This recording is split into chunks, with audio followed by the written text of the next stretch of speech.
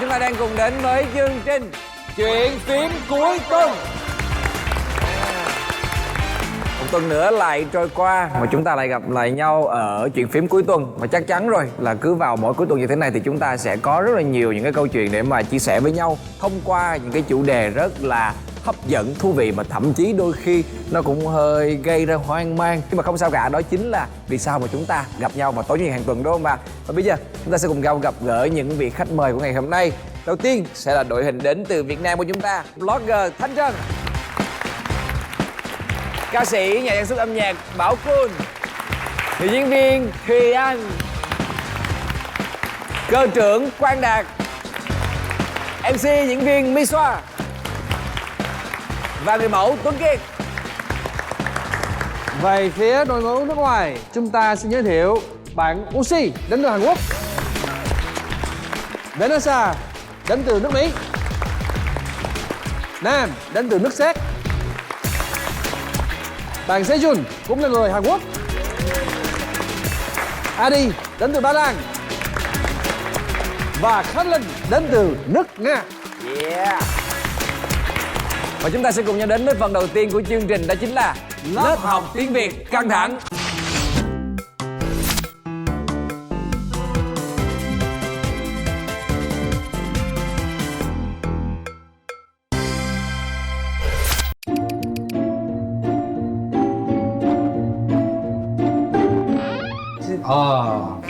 Xin chào. Bạn vào. Ok, vào đây. Ủa?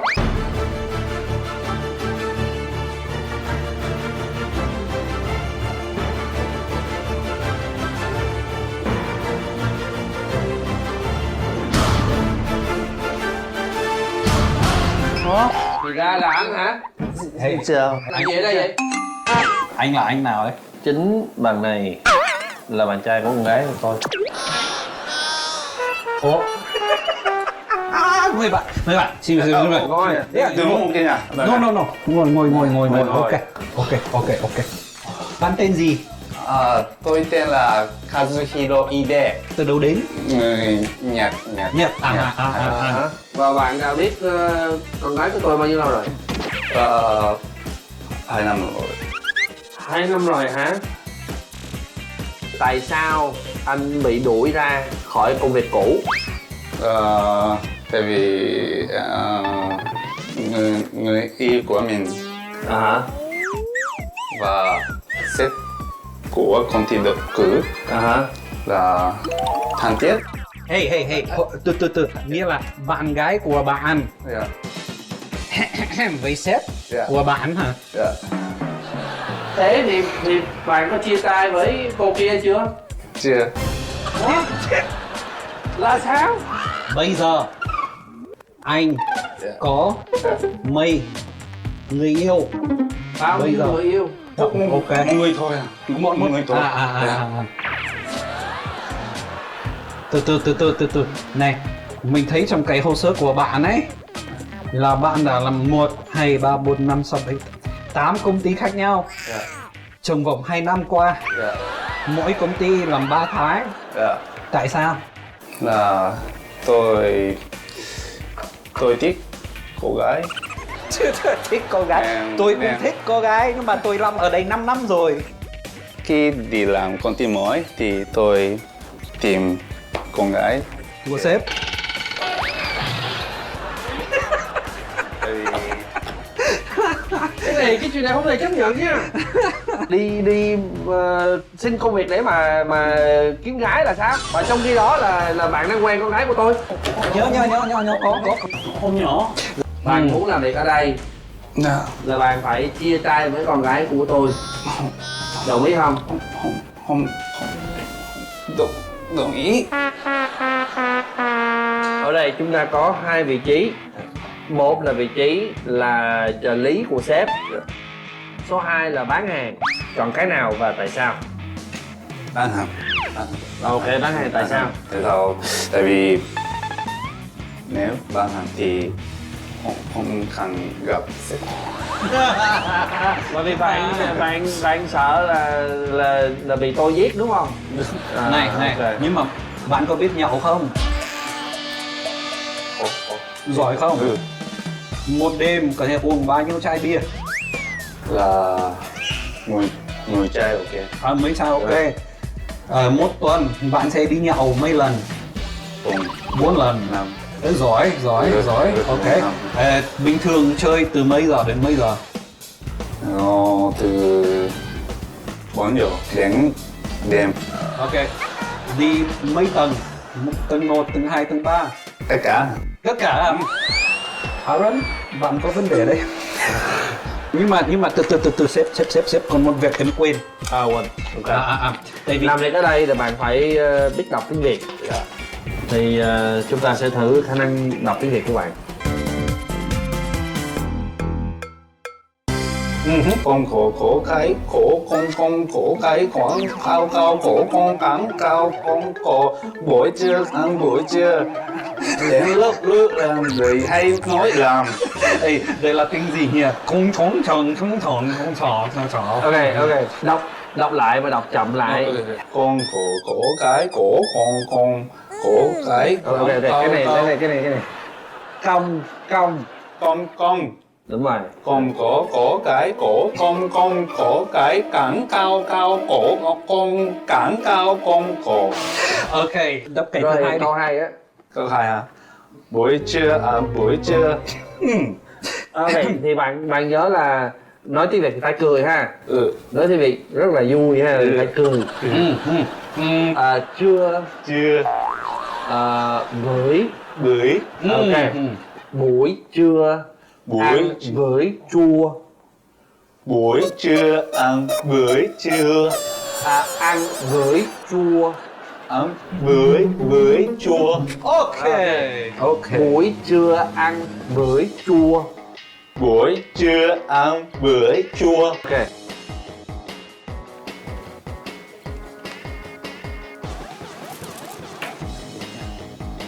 Thôi đi nhanh lên. Lắm chuyện. Dạ. Xem chưa?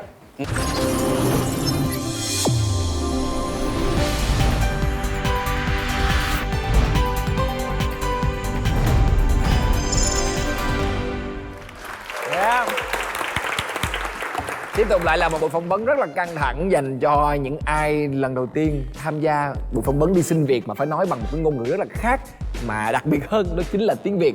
Đó. Đúng không ạ? Bởi vì thật ra tiếng Việt nếu như mà là cái âm đuôi mà nó chỉ có 2 âm như là a thì vẫn còn dễ ghép. Nhưng mà nếu mà là rồi rồi y đô vào này nọ Quá chắc nhiều. chắn là một cái gì rất là khó. Cái dấu nữa. Ví dụ là thì nói cái từ két hay cắt gì đó mà khác dấu thì nó khác nghĩa liền, đúng không? Nó cũng sẽ là khác nghĩa liền. Đúng rồi. Đó, nhưng mà phải nói là nếu như bạn xui lắm, bạn mới đi gặp phỏng vấn mà gặp anh Aaron cùng với anh Adi ở đây, hai con người có thể nói là xoay bạn mà quay vòng vòng như thế này nè. Bây giờ chúng ta sẽ tiếp tục có những cái thử thách đặt ra dành cho những khách mời khi mà tham gia vào chương trình, đó là các bạn phải thể hiện được cái khả năng nói tiếng Việt của mình để chúng tôi biết được rằng là các bạn nói tiếng Việt tốt như thế nào. Đó, bây giờ câu đầu tiên của chúng ta đó chính là con cò có cái cổ cong có cái cẳng cao cổ cong cẳng cao con co. Câu thứ hai là Sechun. Con cổ có cái cổ cong có cái càng cao cổ cong càng cao con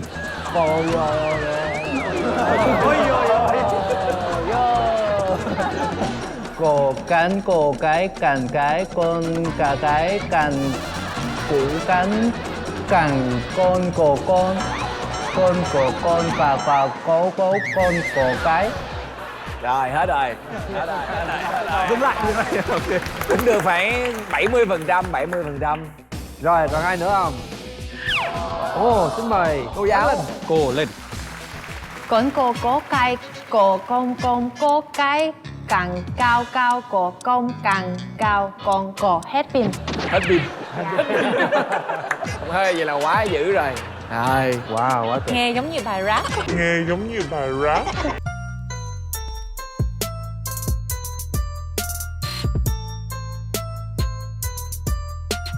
Hay á. Không, nhưng mà đây là một cái bài rất là thường có bài hay hát gặp. rồi mà. Nếu như mà bạn muốn học làm người dẫn chương trình thì để mà phát âm chuẩn nhất và nhanh nhất thì bạn phải đọc những cái câu như thế này. Thôi thì đây chính là tiếp tục lại là những cái phần khởi động rất là nhẹ nhàng của chúng ta trước khi mình ta bước vào chủ đề ngày hôm nay. Và chủ đề ngày hôm nay của chúng ta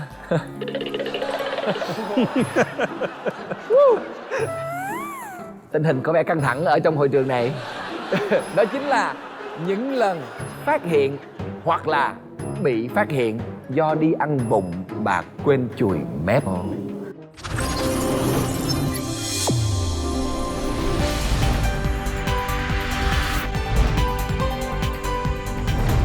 Ăn vụng mà quên. Phía bên đây có hiểu hết không ạ? Sao bên đây cười à?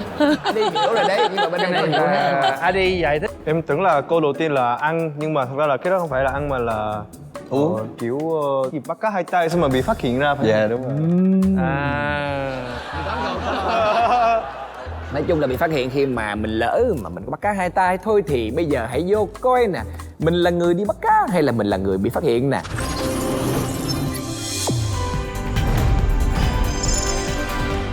Xem phim người lớn bị vợ phát hiện. Tại sao?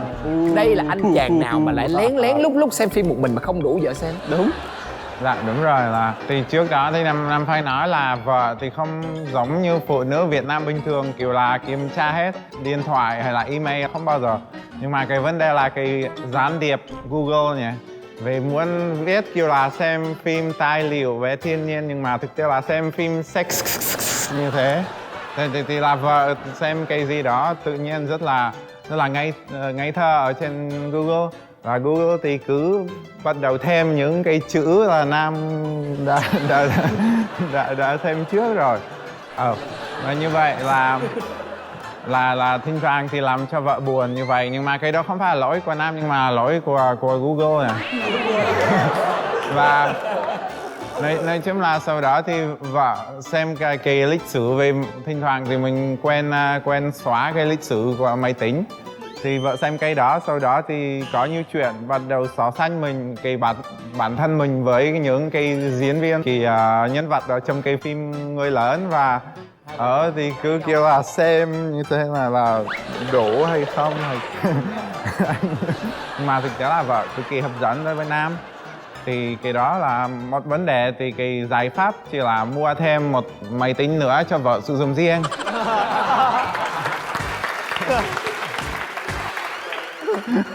Anh lúc mà xem phim anh lúc nào cũng phải bấm Control Shift xong rồi bấm N. Thì cái đó là cái trang mà không thể nào mà giữ được cái lịch sử của anh. Nên là anh Có kinh nghiệm. Cảm ơn nha. Quay xong rồi. Là Nam cảm ơn là sẽ rút kinh nghiệm đó vì chưa biết cái đó. Nhưng mà vợ không thích xem phim người lớn. Nói chung là không thích, thực tế là Nam rất là xấu hổ là xem cái đó. Nhưng mà thỉnh thoảng thì tự nhiên là mình dậy buổi sáng vợ không có ở nhà, mình rất là buồn, trầm cảm thì Buồn gì? thì buồn, nói chung là buồn nhiều thứ nha. Và kiểu là nói chung là không xem cái đó thì mất nhiều thời gian quá. Xem cái đó là 3 phút là quay đi làm việc rồi. Mà không có cái đó thì Nói chung là Nam phải ăn nhiều đậu hũ vào. Nhưng mà Nam nghĩ là đậu hũ mà. cái đó không phải là cái vấn đề của cái ấy cụ thể. Cái đó là mình buổi sáng thì vẫn muốn ngủ và thì không muốn đi làm và thấy rất là trầm cảm và cần cái gì, cái phương pháp gì đó để có sức lực. Cà phê. Chuyện của anh Nam là đứng về phía cánh đàn ông. Bây giờ là các bạn nữ. Nếu như các bạn nữ vô tình mà phát hiện ra người yêu của mình, mặc dù là ở chung với mình, vẫn đầu ấp tay gối với mình mà vẫn đi xem phim ấy, thì các bạn nữ sẽ thấy như thế nào? Bình thường. Em đã từng cưới chồng về xong mới là thử cầm điện thoại chồng lướt Facebook.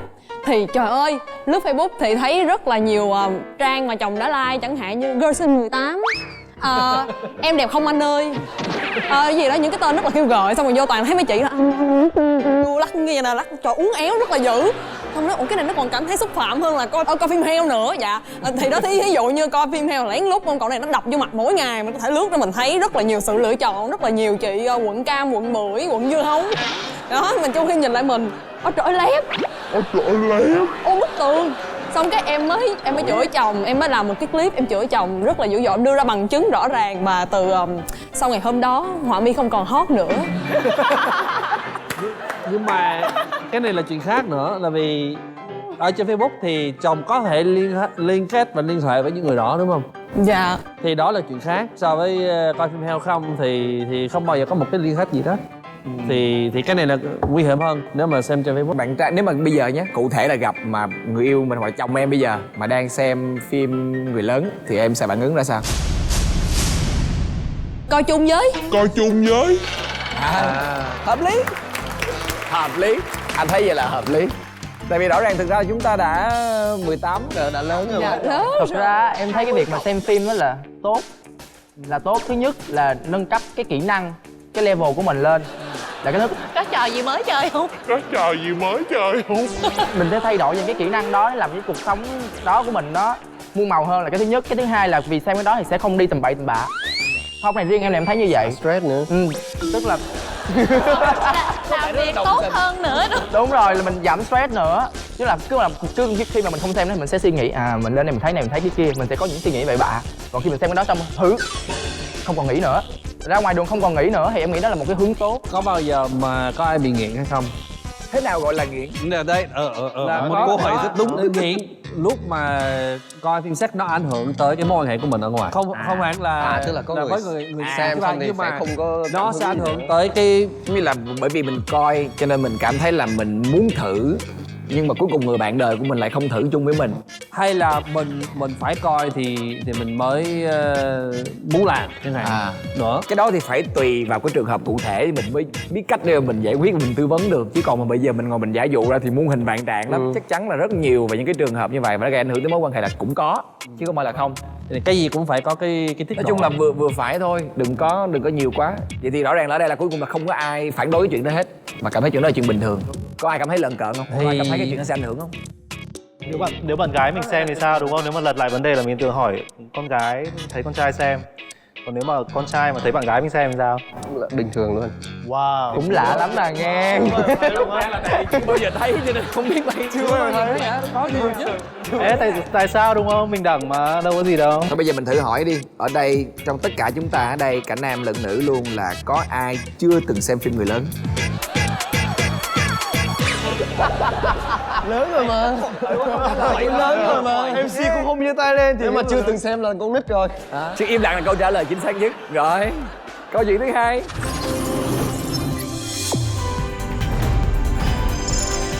Điện thoại có ma tự trả lời tin nhắn của người yêu cũ. Dối trá, thấy chưa? Dối trá liền. Ai? Con người dối trá đó là ai? Đây. Bây giờ giải thích đi. Cái từ này thì lúc trước thì trên Facebook là để cái profile là cái đang làm việc tại mà công ty cũ của Sejun, cho nên hỏi là nhắn tin hỏi thăm á Sejun và cứ lấy cái chuyện mà không liên quan rồi cứ bắt chuyện hoài. Mà Sejun cũng không biết đâu, là chỉ là đáp rồi tại vì người đó là cứ rủ mà anh ơi anh có đi uống cà phê cùng em không, hay là anh có thích cái gì, là anh thích cái phim này không, hay là thế nào thế kia thế này, cứ hỏi thăm hoài. Rồi mà Sejun thì đáp rồi để đó, tại vì lúc đó thì bận quá này biết rồi nhưng mà không biết là ai mà đáp rồi để đó. Rồi Sejun thì mới hôm sau, khoảng vài ngày sau thì tự nhiên nhớ lại cái tin nhắn đó, rồi nhớ rồi, cái tôi phải trả lời. Nhưng mà Sejun đã trả lời rồi, nhưng mà không biết lúc nào trả lời. Nhưng mà cái nội dung là Sejun không bao giờ trả lời như vậy đâu. Nếu mà Sejun thì tại vì có cô gái nào mà khác mà lạ thì nó cứ anh ấy có đi uống cà phê không? Anh có đi chứ.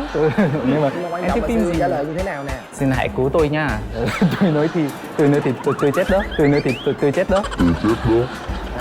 Rồi, anh có đi uống cà phê không? Anh không thích cà phê đâu em ơi. Thế thì xin tôi. Rồi. Thế thì anh xin tố thì sao? Xin tố thì chua lắm, anh không ăn đâu, không uống đâu. Anh có thích phim gì? Anh chỉ thích xem cái phim ở nhà thôi. Trả lời vậy hả? Rồi thôi anh ơi. nó từ là cho nên là vợ tạo cái tài khoản Facebook cho Sejun, cho nên là biết là cái gì mật khẩu cho nên là mỗi ngày là yêu một lần kiểm tra xem. Nói chung không, thật ra cái này là sự tinh tế của người vợ, thấy không? Nó ghen ra mặt nhưng mà là từ sự với vợ hết tất cả những cái vệ tinh xung quanh. Với vợ là từ sự sáng suốt, là với Sejun là hơi tiếc á. Hơi gì? Hơi tiếc chứ. Sejun tiếc hả? Tiếc chứ. Thì nói với vợ một tiếng đi. Thì vợ biết là người đó là bạn gái cũ. Thế mà lúc đó Sejun mà nó trả lời là anh cũng đi nhá, anh cũng muốn đi cùng em. Nếu mà lỡ mà trả lời như thế này thì Sejun không phải là con người của thế gian này nữa. Không phải là con người của thế gian này nữa. Không phải là con người. Sejun bị tung tắp mà là giỡn mà đi chỗ này chỗ kia, kéo đi kéo lại, mà giống như trong cái clip mà trên Facebook mà người ta hay đánh ghen á, người ta hay đánh ghen rồi mà xé áo ra rồi thì một tung tắp rồi nó kéo chỗ này chỗ kia thì thành nếu Sơn sợ lắm á. Sơn sợ lắm á. Hóa ra là phụ nữ Việt Nam cũng hay ghen ha. Ở phụ nữ đâu cũng ghen hết anh ơi. Nhưng mà ở Việt Nam đặc biệt có cái khái niệm là không ghen là không yêu. Nhưng mà ở phương Tây là không có nha. Vậy hả? Thì ở phương Tây thì suy nghĩ là phải tin cậy người kia. Nói chung là ở phương Tây là không có cái chuyện mà là kiểm tra nhau. Thì có thể có nhưng mà phải cùng lắm mới làm. Nhưng mà thật ra nè, khi mà yêu nhau á, một cái điều không nên làm là tuyệt đối không nên đụng vào điện thoại, hoặc là tất cả những gì thuộc về riêng tư, email nữa không nên đụng vào. Nhưng mà cái đấy thì tại vì Sejun và vợ thì giữa hai người thì có niềm tin về nhau, cho nên là mấy cho tập xem cũng được, chứ không phải là gặp rồi thì nếu mà thấy cái gì mà kỳ như vậy thì cái niềm tin nó tự nhiên mất tiêu, là không phải cái này đâu. Tại vì vợ Sejun mặc dù đọc vậy thôi nhưng mà cũng biết, cũng hiểu vấn đề, hiểu không? Cho nên là mới kiểu nhắn tin như vậy để cho mọi thứ nó qua một cách nhẹ nhàng. Chứ nếu mà gặp một người mà không hiểu vấn đề là kiểu gì là cũng cãi nhau hết á. Đó cho nên là may mắn. Mà thật sự á, một thứ là Vanessa không có đồng ý ở đây á là nó khác nước ngoài á, là ở đây là nếu mà Vanessa nghe rất là nhiều bạn kể mà giống như cái anh này đi quen cô khác mà sau đó cái cô đó giận cô này, không, tất cả mọi người phải giận anh đó, cái đó là nó khác. Tại vì Vanessa nếu mà biết là ai Vanessa đang quen cô khác á, trời ơi, đâu phải lỗi của cô đó đâu, lỗi của anh đó. Thì bây giờ không phải là mình tiếp tục đi với anh đó xong rồi mình nói xấu cô đó, không, đi chơi chung với cô đó, bỏ cái thằng đó đi, đá cái thằng đó ra. Thành ra nếu như ai cũng hiểu được cái chân lý đó thì thế giới nó bình yên lắm, nó không còn có sự ghen tuông nữa đâu. Mà mọi người có bao giờ nghĩ là cái này là lỗi của đàn ông không? Vì đàn ông phải ngoài tình nhiều á, làm đàn bà mới như vậy. Không phải đa số đâu ai muốn khùng đâu, đúng không? Mà vì có nhiều cái chuyện đó. Từ đó là em không bao giờ cho chia sẻ cho người yêu nữa. Chỉ là riêng tư thôi, chuyện gì mình cũng phải tự xử lý, không bao giờ để người yêu xử lý. Thì có phải là nếu mà thiếu tin cậy thì lúc đó Không, rồi tại sao là phụ nữ không có niềm tin về đàn ông? nhiều đó. Nhưng mà Sejun thì đồng ý một phần về cái câu chuyện của Vanessa là tại vì Sejun có một bạn thân mà chuyên ba cá hai tay. Nó nhiều trò chiêu nhiều lắm, là nó không bao giờ bị bạn gái bắt, là bằng cách là nó có điện thoại, nó có hai cái điện thoại luôn, là một cái điện thoại thì nó trong đó chỉ lưu số điện thoại nhưng mà không lấy tên, mà là nó tên là nó giống như Thảo Cầm Viên, nó con hổ, con thỏ, cái gì mà con lúc giác gì đó, rồi con cái này mới là con soi như thế này, hoặc là cái điện thoại khác nữa. Cái đó thì cái gì thứ nhất, gì thứ hai là chú bà ngoại, rồi bà ngoại mà alo cho bà ngoại mà sao anh mà thế là bà ngoại mà hồi như thế này. Tức là cái thì Thảo Cầm Viên, cái thì có một nhà rồi. Nói chung cái này là mình phải ngồi lại một cái bữa nào riêng để mình bàn là lý do bắt đầu từ ở chỗ nào. Các nam và các nữ. Tại vì rõ ràng một cái điều mình phải công nhận rằng á là tại sao hồi nãy Thanh chia sẻ là có rất là nhiều những cái hội là chị em bán cái cây này nọ kia, đúng không? Chứ đâu có bao giờ mà có những cái hội mà các chàng trai khoe thân hay này nọ đâu, đúng không? Tại vì chị em lúc nào cũng khoe mình ra được khen nên đàn ông bởi bị dễ bị cám dỗ. Chụp tấm hình xong gửi em có đẹp không anh? Đúng không? Kiểu vậy đó. Cho nên là đó cũng là một phần mà chính vì vậy mà gây ra những cái điều mà chúng ta cũng không muốn. Bảo Quân, nếu như mà em bị bạn gái phát hiện trong điện thoại mình có gì bất thường thì em sẽ xử lý như thế nào? Nhưng mà em có một cái câu chuyện này là không biết là em có dính vô là ăn vụng quên chùi mép hay không nha. Em kể ra cho bạn gái cũ trước giờ có một khoảng thời gian là cả hai đứa kiểu chán nhau rồi á, thì nói thẳng là chia tay. Thì sau khi chia tay xong thì một tuần sau em cặp với một cô khác và nhắn tin rồi này kia, nhưng mà cuối cùng thì mình mới find out ra được là mình vẫn còn tình cảm với cô cũ. Nhưng mà có một cái nữa là sau một tuần mình đi hẹn hò với 2-3 cô gì đó, cô bạn gái cũ nhắn tin lại là quen lại. Thì mình cũng ok quen lại, nhưng mà có một cái điều này là, nhưng mà trước khi quen lại thì anh phải nói với em một vài điều, là quyết định là gửi hết tất cả những cái tin nhắn của mình đã nói chuyện với lại cái hai ba người kia á, qua cho là trong cái khoảng thời gian chia tay anh sẽ đã như vậy. Cuối cùng chia tay luôn. Bởi vì Là người ta kêu em Đây là gửi bị dụ thiệt anh. luôn. Đây là bị dụ. Người ta kêu em gửi là em gửi thiệt luôn. Không, ý là tự nói luôn á, tại mình sợ là nếu mà mình giấu á thì nó sẽ phát hiện nên thôi mình nói thẳng rồi mình gửi thì mình nghĩ là mình thật thà, chắc chắn là sẽ được khoan hồng đúng không? Rồi cuối cùng không, đọc xong tin nhắn xong đi luôn. Đi tới giờ chỉ có luôn một á. tuần thôi hả? Hả? Một tuần Đúng, thôi. chỉ trong một tuần. 3 câu hả? Hơi nhanh ha. Thì Không nhanh hả? Vì nhắn tin thả thính mà cái đó. Dạ. cô thì cũng có đi gặp nhưng mà cảm thấy không thấy hay chút nào, cho nên là cuối cùng vẫn quay về máng lợn, nhưng mà cuối cùng máng lợn bể luôn. Ủa nhưng mà cái đó có phải là ăn vụng không? Đó. Đâu. Không gọi là ăn vụng nhưng mà là quên. Để Đạt nói này, Đạt thì thấy chuyện này rất là đơn giản. Cái chuyện là nếu mà đàn ông ấy mà là muốn giấu ấy, quá dễ. Quan trọng là tại sao phải giấu, đúng không? Đạt nghĩ là cái chuyện tình cảm giữa trai với gái, hay là mình gặp một người mới, mình cảm thấy thích người đấy, nó rất là dễ xảy ra. Kể cả mình đang yêu một cô nào đấy, nếu mà gặp một người khác mình có cái cảm xúc nào đấy là chuyện bình thường theo đạo, tức là mình nên trung thực với người kia. Và mình cũng chấp nhận với việc là cái việc mà người yêu của mình bỗng một ngày nói là anh ơi em nghĩ là em hơi có một chút cảm nắng với anh nào đấy, thì mình cũng nên hiểu. Phải nói ra như vậy để còn biết. Tại em cứ đang nao náo trong đầu là mấy năm nay là cái đó là ăn vụng, nhưng mà thật sự cái đó là chùi rồi đúng không? Chùi rồi. Em chưa kịp chùi nữa.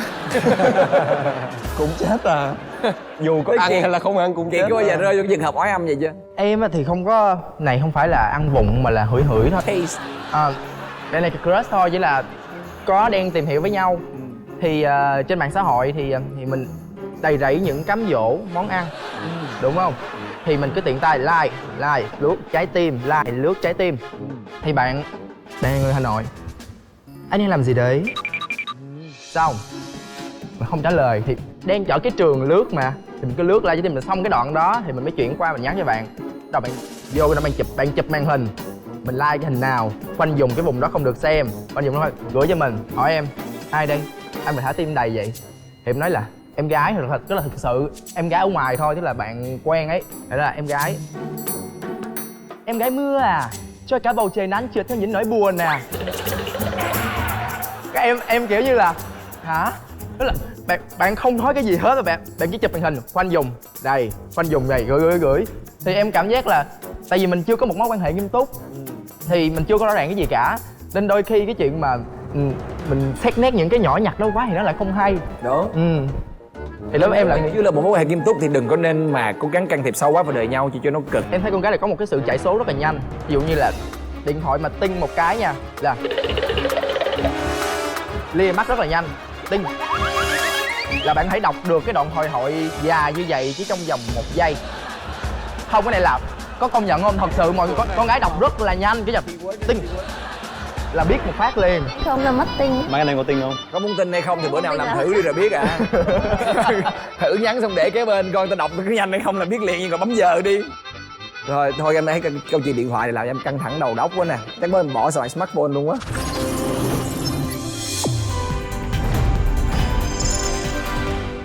Câu chuyện tiếp theo, anh có tin vào quả báo không? Các bạn có hiểu quả báo là gì không? Báo là Quả báo là karma, là nghiệp. Karma. Chứ karma. Rồi, đây là câu chuyện quả báo của ai? Ủa, em. Em bị quả báo như thế nào? Ủa không, em không bị quả báo. Ủa vậy hả? Nó kể câu chuyện em rủa người ta mày sẽ bị quả báo đó. Nghiệp rồi đó. Đó, dạ nghiệp. Đó là vào một ngày rất đẹp trời, bồ em xin phép được đi nhậu. Đó thì cũng nói ok anh đi. Quá quen rồi, cái cảnh này quá quen rồi, cho nên là ok đi. Và bạn đó xuống đi tắm. Sau đó nhìn thấy điện thoại hiện lên nguyên một chữ Phương, tên là Phương. Nhắn tới với nội dung qua rước nha, ca. Ủa gì một cái đoạn tin nhắn mà không có chủ ngữ vị ngữ, chẳng hạn như là anh qua rước em nha hay gì, toàn là cái chữ qua rước em, qua rước nha, xong rồi ca là cười á, ý là cười. Xong rồi cái em mới suy nghĩ trời, tên Phương là chỉ có thể là con gái thôi, cái này chỉ có thể là con gái, Phương là con gái. Không có. Nam Phương nhiều mà. Trời ơi, bạn em học chung lớp tên Phương nhiều lắm. Nhưng mà con trai tên Phương có. Ủa thì đó thì em mới không xác định là bây giờ là không xưng hô cái gì nữa. Là tên của con trai nữa. Ủa đây là câu chuyện em kể. Ủa em đang kể. Đúng rồi. Đây là Dạ đó thì khi mà nhìn thấy rồi xong rồi tức điên lên cái ngồi bắt đầu trầm ngâm là mặt ngầu, dạ là mặt ngầu kiểu Ai ngắm? tao hiểu rồi, ok tao hiểu rồi. Xong rồi cái hồi nữa cái người yêu em tắm lên xong rồi nhìn em nhìn nó sao? Ủa sao là sao? Sao? Đi chơi ai? Đi chơi bạn, bạn tên gì? Bạn tên Phương. Phương? Mày vẫn còn can đảm nói chữ Phương.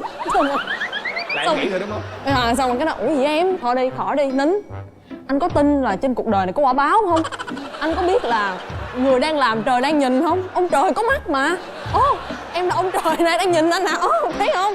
Tên Phương đúng không? Ok, tên Phương. Phương nào vậy? Xong rồi cái mới nói ủa Phương là thằng bạn của anh. Không có thằng nào tên Phương á. Xong ủa em vẫn tin tưởng về bản thân mình, trên đời không có thằng nào tên Phương. Ủa em nói Nguyễn Tri Phương đó em. Nguyễn Tri Phương đó em. ủa đó là một tên của một con đường. Ủa là đó giờ anh tưởng Nguyễn Tri Phương là nữ đó. Em vẫn tưởng Nguyễn Tri Phương là nữ mà. Đó thì sau khi mà cãi lộn họ xong rồi mới quyết tâm gọi điện cho thằng Phương đó bốc lên. Ủa ơi mày là nam hay nữ? Xong rồi thằng bên kia ủa ai vậy? Tao hỏi mày là nam hay nữ? Nam ba. Thấy chưa? Cái bộ não của phụ nữ ấy nó mặc định suy nghĩ xấu đến con trai đó. Đó, bây giờ rốt cuộc là em là người bị quả báo. Em mới là người bị quả báo đó. Mày nam hả? Nam ba. Ok nam ba, xong tắt. Đó là chuyện của em đó, rất quê. Cao, phải là một tràng pháo tay cho cái sự can đảm dám kể ra cái chuyện mà em đã sai lầm ngày xưa. Thật sự là đôi khi là phụ nữ họ nhanh quá, họ nhìn cũng nhanh mà họ phỏng đoán vấn đề cũng nhanh, mà đôi khi chính từ cái nhanh đó nó gây ra rất là nhiều những cái hệ quả mà sẽ không thể nào mà có thể hàn gắn được. Thế rồi sao ta, thật sự là một khi mà đã muốn rồi thì khó khi nào mà có thể kiểm soát được, đặc biệt là đàn ông mà đã muốn giấu rồi thì giống như nãy Đạt có nói á, đàn ông mà đã muốn giấu rồi thì không có cái gì mà có thể gọi là giấu được hết trơn á. Vậy thì thấy ai cũng muốn giấu mà giấu đâu được đâu. Chưa muốn giấu đó, chưa tận cùng muốn giấu đó. lên đỉnh thôi. Là tại vì lúc đó người ta cũng đã muốn biết rồi. Muốn cố tình nữa. Là cố tình là cũng đã muốn biết rồi. Không cố tình mà. Chứ còn một khi mà đã gọi là nhất quyết giấu thì khó.